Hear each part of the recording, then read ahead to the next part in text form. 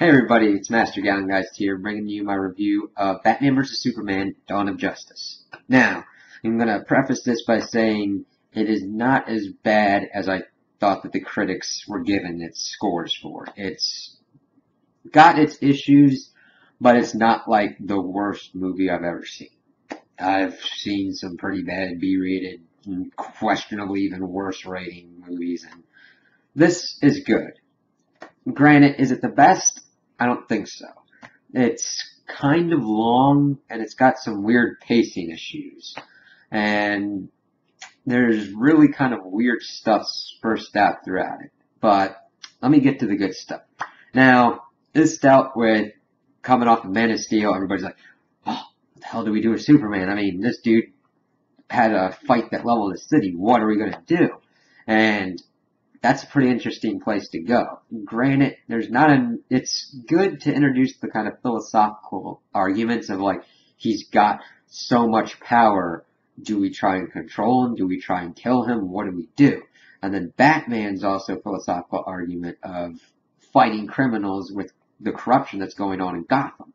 Now, it starts off kind of giving an expedited Batman origin story, which I thought that they would really go for, but they did. It wasn't bad.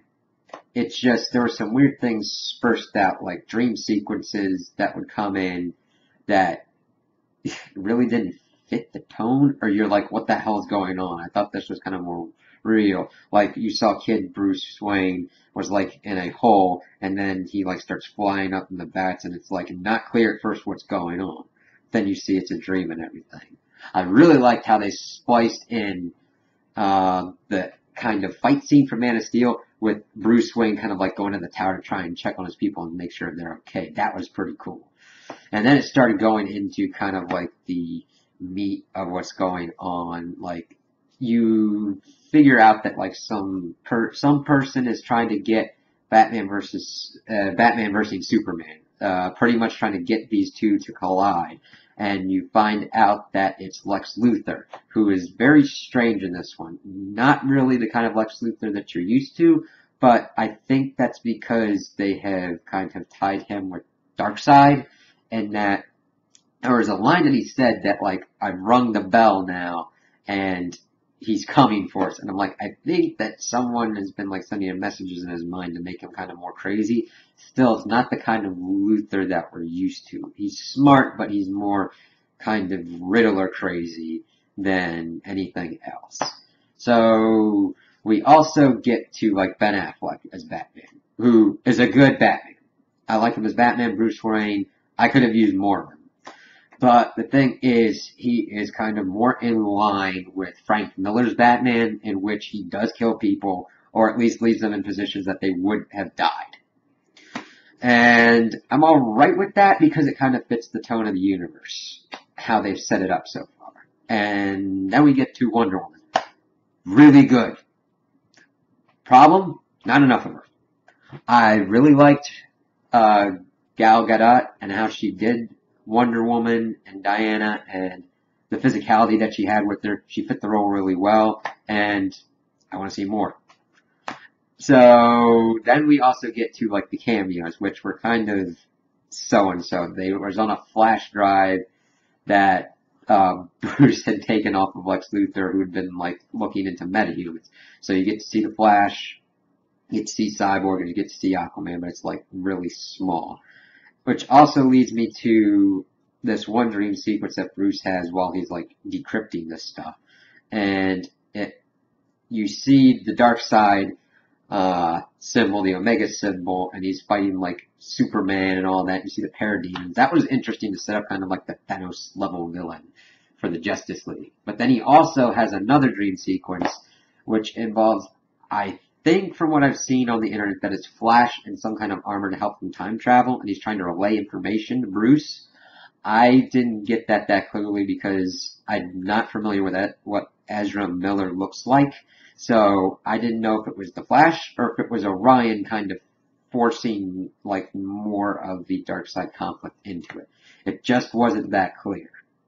So we get to everything done. Batman's fighting Superman. It was an alright fight, but it was kind of a mess because it wasn't really the main thing of the film.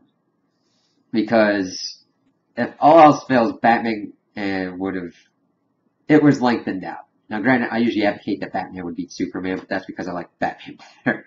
But in all actuality, Superman could have held him up, said, "Listen, I need you to help me save my mom," and it wouldn't have needed to happen. But Batman still laid into Superman and almost killed him before he's like, "You need to save Martha," and of course somehow they both have the same name for their mothers, and that's when they get into the good stuff. Batman goes off, beats some holy ass, and saves his mom, which then we get into one of the the humor is odd in this because it fits but it doesn't. It comes at moments that are alright, we're serious and everything, and then it's what the fuck? Why is that in here? You're laughing, you're and it's what? Why? He's saving Martha, and he's hey, I'm a friend of your son's, and she's I figured because of the cape and everything. I'm that's a joke. It's funny. What the heck? It's not that I think that it needs to be full of jokes, it's just they need to be in places that make sense.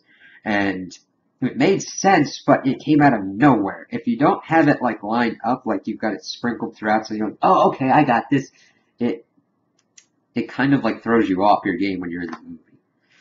And then we get to Lex, who was screwing around with Kryptonian technology, and took Zod, fused his DNA with it, and made Doomsday. Which I think is too soon to do it. Because Doomsday's a pretty big level threat, at least with Superman. And then we get that Titanic fight, and that fight was better than the Batman vs. Superman, but it still was this is too soon for this.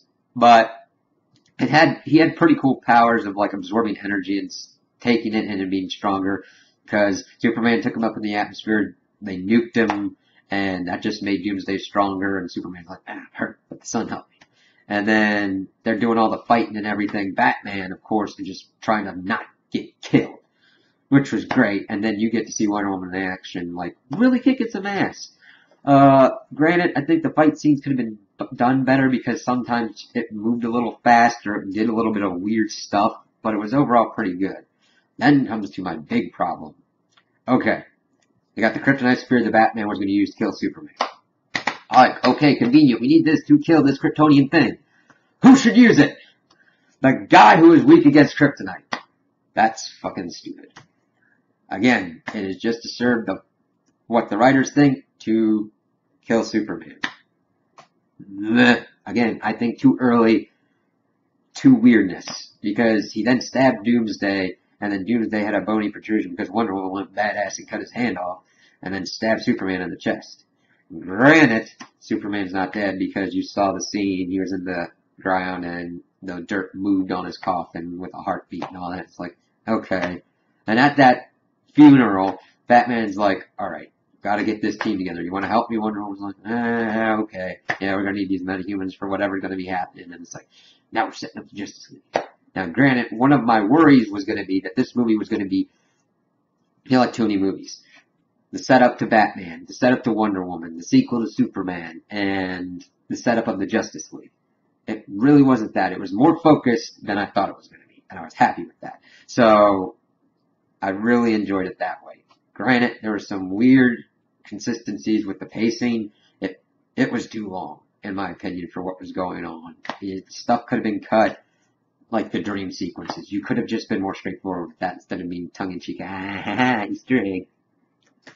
Didn't need that. Especially with see, Zack Snyder did Sucker Punch, and I think that's why he wanted to use the dream stuff and everything. But overall, I think it was a pretty good movie. Not the best, but not the worst, and I think everybody involved did a good job. And granted, I think it's mainly down to the writers and the direction for what was going on that led to the critics going completely overboard. It was kind of sport to just bash on the film. But those are my thoughts. Tell me what you think in the comments below. If you liked it, disliked it. If you agree with me, if you disagree with me. And, subscribe, and, I hope you have a good day.